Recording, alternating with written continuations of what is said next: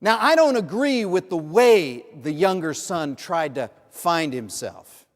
I don't agree with the way he tried to run off into the world to find an identity or create an identity. I understand his need to kind of pack it up, leave home, and set off on his own, but I don't agree with the fact that he went to his old man and he had the nerve.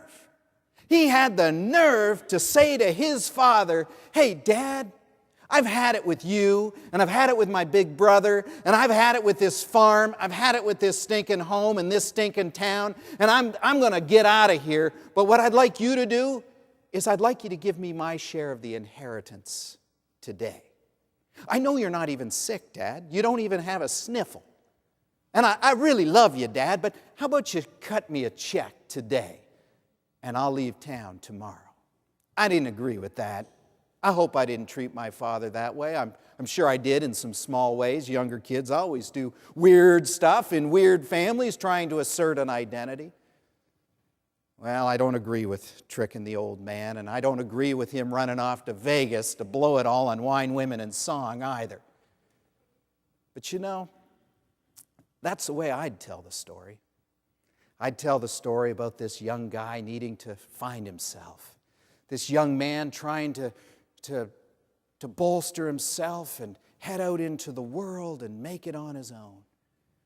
If my older brothers were to tell this story, I bet you they'd tell it differently. They'd probably say, "What a brat. What a brat that younger kid was, trying to rip off Dad, trying to get their share of the inheritance." The older siblings might have resonated more with the older son in this story. They'd say, "Look at that. He's the good son, isn't he?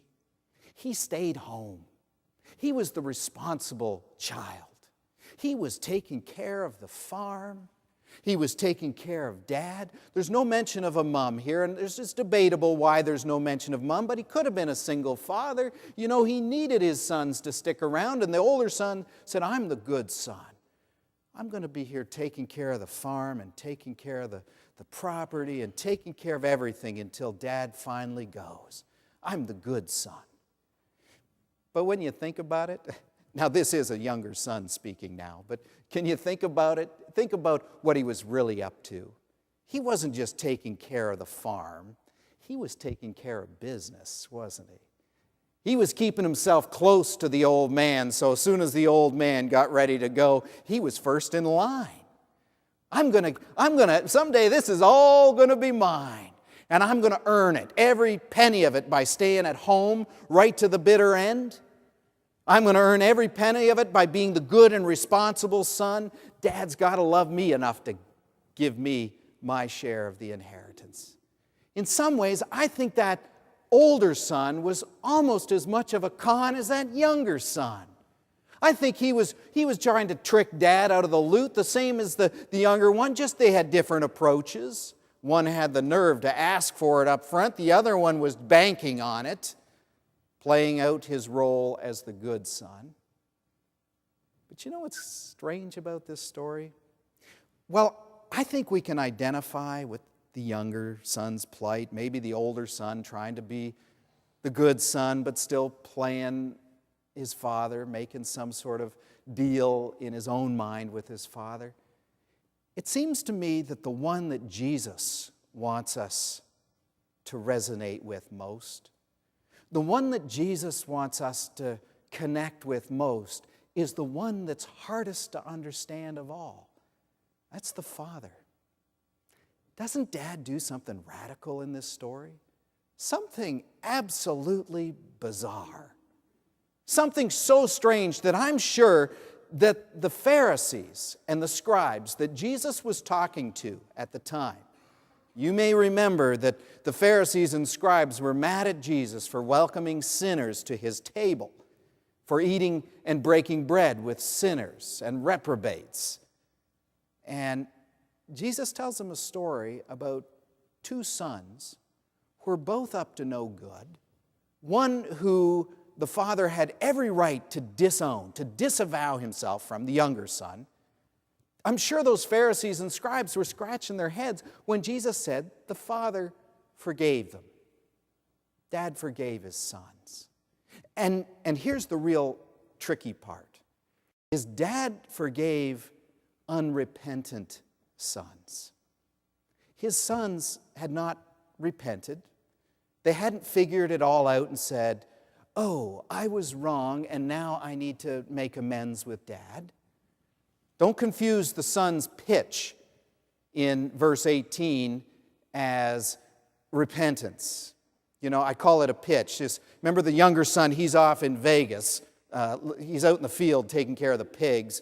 And of course, that means he's just lost his religion, right? He's with unclean animals, and he's feeding the pigs, and he's thinking to himself, oh my goodness, I'm here feeding pigs. And all of a sudden I realize I'd be happy to eat what the pigs are eating. And it says he came to himself. A little light bulb, bing, came on over his head. And he said, I know. I'll go back to Dad, and I'll tell him how repentant I am. I'll tell him, boy, I've just been really, really bad, and I'll rehearse the speech the whole way home, and he's got to let me have my old room back. It's not about repentance, people. It's about not wanting to eat with pigs anymore. It's not about repentance. It's about wanting his old room back. It's not about repentance. It's about I've blown my share of the inheritance. Maybe Dad will have something in his back pocket for me this time. You know, when I was about 15 years of age, I got my real first full-time summer job. I was a telephone solicitor.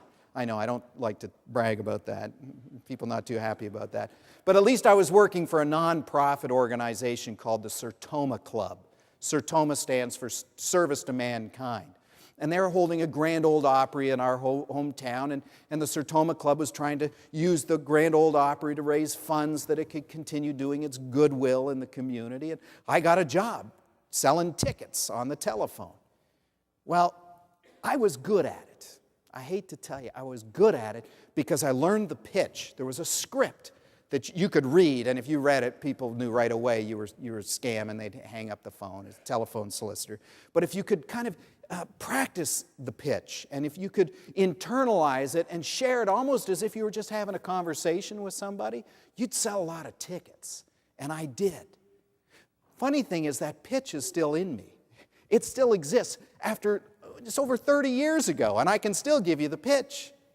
Hello, my name's Mark. I'm calling on behalf of the Sertoma Club of Windsor. Have you heard of Sertoma Club? It stands for Service to Mankind. And today we're selling tickets for the Grand Ole Opry to raise money so we can still do our goodwill in the community. Won't you be willing to help us? Over 30 years ago, and it's still banging around inside of me because I rehearsed it. Well, look at this young guy coming home rehearsing his pitch for his dad. It's there in chapter 15, verse 18. He says, I know, I'll get up and go to my father, and I'll say to him, Father, I have sinned against heaven and before you. I'm no longer worthy to be called your son.